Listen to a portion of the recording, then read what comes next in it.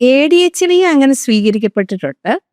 Autism സ്വീകരിക്കപ്പെടുന്നില്ല. കൊച്ചൊന്ന് ഇച്ചിരി അധികപ്പറ്റ് ഓടി നടന്നു കഴിഞ്ഞെന്നാല് അപ്പൊ നമ്മൾ ഉടനെ സംശയിക്കും. ADHD ആണോ? ADHD എന്ന് പറയുമ്പോൾ ഇച്ചിരി അഭിമാനമുള്ളത് പോലെ തന്നെ എനിക്ക് തോന്നാറുണ്ട്. ആളുകളുമായിട്ട് ഇന്ററാക്ട് ചെയ്യുമ്പോൾ അങ്ങനെയൊക്കെ നമുക്ക് തോന്നും ADHD അത്ര അങ്ങോട്ടൊരു പ്രശ്നമല്ല. പക്ഷെ രണ്ടും പ്രശ്നങ്ങൾ തന്നെയാണ്. നമസ്കാരം. നമ്മുടെ ഒപ്പം ഉള്ളത് ലീല കമ്മ്യൂണിറ്റി ഹോം സ്കൂളിന്റെ ഡയറക്ടർ ലിസ്യു ഫ്ലവർ ആന്റണി മാമാണ്. മാം, ഈ പ്രോഗ്രാമിലേക്ക് സ്വാഗതം.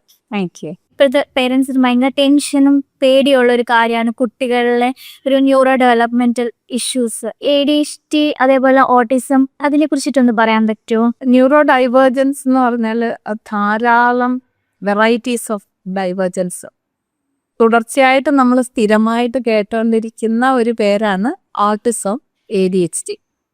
ബാക്കിയുള്ളതൊക്കെ അങ്ങനെ ഉറക്കെ പറയപ്പെടുന്നില്ല. ഓക്കെ, ഇപ്പം എല്ലാവർക്കും ഫെമിലിയർ ഓട്ടിസം, ADHD.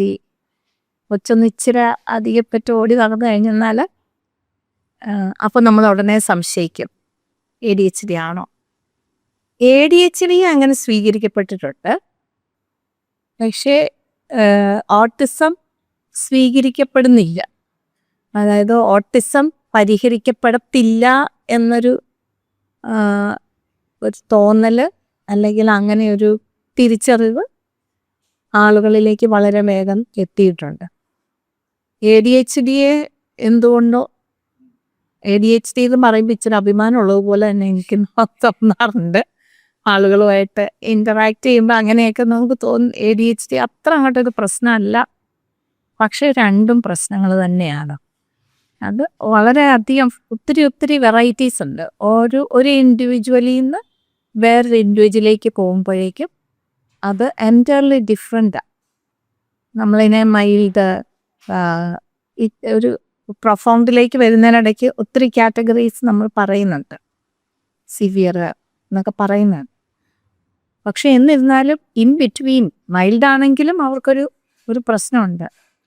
അപ്പോൾ ഞാൻ പല പ്രാവശ്യം കേട്ടിരിക്കുന്ന സ്ഥിരമായിട്ട് ആളുകൾ പറയുന്ന ഒരു കാര്യമാണ്, മൈൽഡ് ASDയിലാണ് വരുന്നത്. മൈൽഡാണ് ASD എന്ന് പറഞ്ഞാൽ അറിയാലോ, ഓട്ടിസം സ്പെക്ട്രം ഡിസോർഡർ. അതൊരു ശ്രേണി ഓഫ് കാര്യങ്ങളാണ്, ഒരു സീരീസ് ഓഫ് ഗ്രൂപ്പ് ഓഫ് കാര്യങ്ങളുണ്ട്.